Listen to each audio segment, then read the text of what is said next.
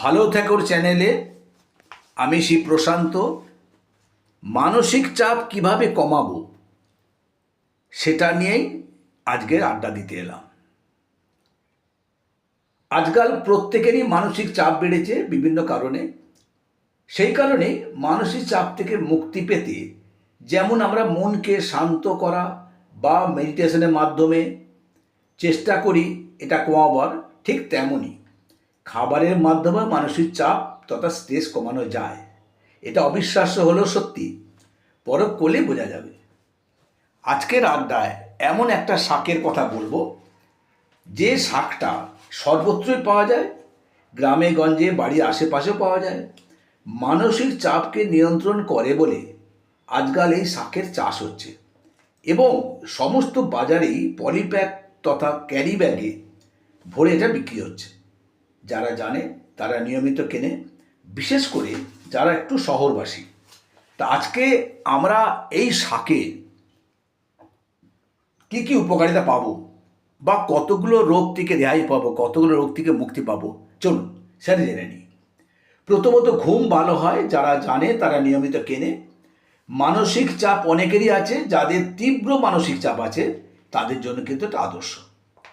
ছেলে মেয়েদের যদি স্মৃতিশক্তি কম হয় কিংবা বয়স্ক বাবা মার স্মৃতিশক্তি কম হয়, তাদের ডায়েটে নিয়মিত এটা রাখা দরকার। মাথার যন্ত্রণায় যারা ভোগেন তারা অবশ্যই খান, ফল পাবেন। যাদের শ্বাসকষ্ট বা হাঁপানি রোগ আছে তারা নিয়মিত খেলে এটা উপকার অবশ্যই পাবেন। এই শাক বেটে জলের সাথে মিশিয়ে ছেঁকে নিয়মিত খেলে উচ্চ রক্তচাপ কমায়। জিভের বা মুখের ক্ষত সারাতে এই শাকটা ভীষণ উপকারী। নিয়মিত খেলে চর্মরোগ দূর হয়। এই শাকটা ভীষণ কম দাম, তাই আমরা এটাকে অগ্রাহ্য করি। কিন্তু আজকে জানালাম এই শাক থেকে কত রকম উপকার পাওয়া যায়। বিশেষ করে যে দুটো আমাদের খুবই দরকার, সেটা হলো স্ট্রেস এবং এই যে আমাদের স্মৃতিশক্তি ফিরে পাওয়া, এটাও কিন্তু খুব জরুরি। যাই হোক, এটাকে যারা এখনও সেভাবে গ্রাহ্য করে না তারা কিনে খাবেন, অবশ্যই ফল পাবেন।